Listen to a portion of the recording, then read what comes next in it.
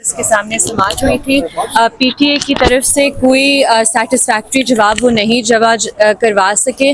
انہوں نے آ کے پہلے کہا کہ وی آر ناٹ اویئر کہ یہ کیا ہو رہا ہے. Ministry of information and telecommunication نے بھی آج آ کے یہی بات کی, اور پھر انہوں نے جو ایکسپلینیشن دی وہ یہ تھی کہ ہمارے کچھ سب مرین کیبلز کٹ چکے ہیں. پہلے 2 کٹے تھے, اب کل رات کو پتہ چلا ہے کہ ایک اور کیبل کٹ چکا ہے, جس پر میں نے کورٹ کو آگاہ کیا کہ ایک تو اگر سب مرین کیبلز کٹے ہوئے تھے تو اسپیسیفکلی واٹس ایپ اور دوسرے ایپس کے فنکشنز پر امپیکٹ نہیں ہوتا, اوور آل انٹرنیٹ پہ ہوتا ہے. ادھر بہت سی ایپس ہیں جن کے اسپیسیفک فنکشنز کو امپیڈ کیا جا رہا ہے, جو فنکشن نہیں کر پا رہے.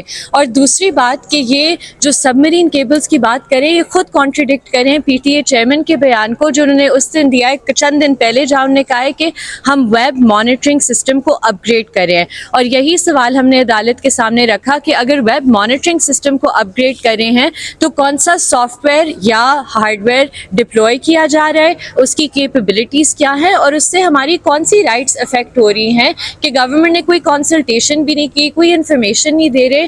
اور اب یہ سماعت ہوگی 3 ستمبر کو, اور پی ٹی اے اور ministry of information telecommunication کو ٹائم دیا گیا ہے کہ وہ ایک کمپریہنسو رپورٹ جمع کرائیں. اسپیڈس کی ریڈکشن میں ہماری ہائی کورٹ میں پٹیشن زیر سماعت تھی. اس میں سب سے پہلے ہم نے کورٹ کو آگاہ کیا, اور کورٹ کو پہلے سے یہ بات پتہ تھا کہ انٹرنیٹ کی ڈسٹرپشنز پورے ملک میں ہو رہی ہیں, صرف اسلام آباد تک لمیٹڈ نہیں ہیں. اور انہوں نے پوچھا جو ایڈیشنل اٹارنی جنرل صاحب ہیں ان سے کہ یہ کس وجہ سے ہو رہی ہیں, گورنمنٹ کی کیا پوزیشن ہے, تو وہ جواب نہیں دے سکے. انفیکٹ ان کا جواب یہ تھا کہ میں خود انٹرنیٹ نہیں استعمال کرتا, لہٰذا مجھے اس چیز کا اتنا علم نہیں ہے. جس پر چیف جسٹس صاحب نے جواب دیا کہ اگر خود بھی نہیں استعمال کرتے تو کوئی چیز کامن نالج ہوتی ہے, اور انٹرنیٹ کی جو بندش ہے اور رکاوٹیں ہیں, سلو ڈاؤن ہے, وہ پورے ملک میں ایکسپیرینس ہو رہا ہے.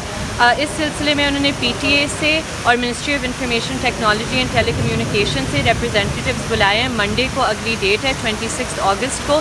ہم نے ریکویسٹ کی تھی کہ پی ٹی اے چیئرمین کو سیدھا پہلے بلایا جائے, کیونکہ پی ٹی اے اس حوالے میں بالکل خاموش ہے اور کوئی وہ اپنا رسپانس نہیں دے رہی کہ انٹرنیٹ کی سلو ڈاؤن کس وجہ سے ہو رہی ہے. لیکن یہ ریکویسٹ ریفیوز ہوا تھا, اور کوئی اور ریپرزینٹیوز پی ٹی اے سے پیش ہوں گے عدالت. اچھا, گورنمنٹ کی طرف سے یہ کہا جاتا ہے کہ ہمیں تو پتہ ہی نہیں ہے انٹرنیٹ سلو ہے, اور وہ تو حلفاً کہتے ہیں کہ ہمیں نہیں معلوم, نہ ہی انٹرنیٹ سلو ہے, اور یہ وی پی این کی وجہ سے. سب سے پہلے تو کوئی منسٹر صاحبہ سے پوچھ لے جنہوں نے اتنی اگنورنٹ اسٹیٹمنٹ دی ہے کہ جی وی پی این لوگ پاکستان میں استعمال کیوں کر رہے ہیں. وہ استعمال اس لیے کر رہے ہیں کیونکہ آپ نے ایکس کو بین کیا ہوا ہے, ایپلیکیشنز واٹس ایپ جیسی ان پہ میجر فنکشنز کام نہیں کرے.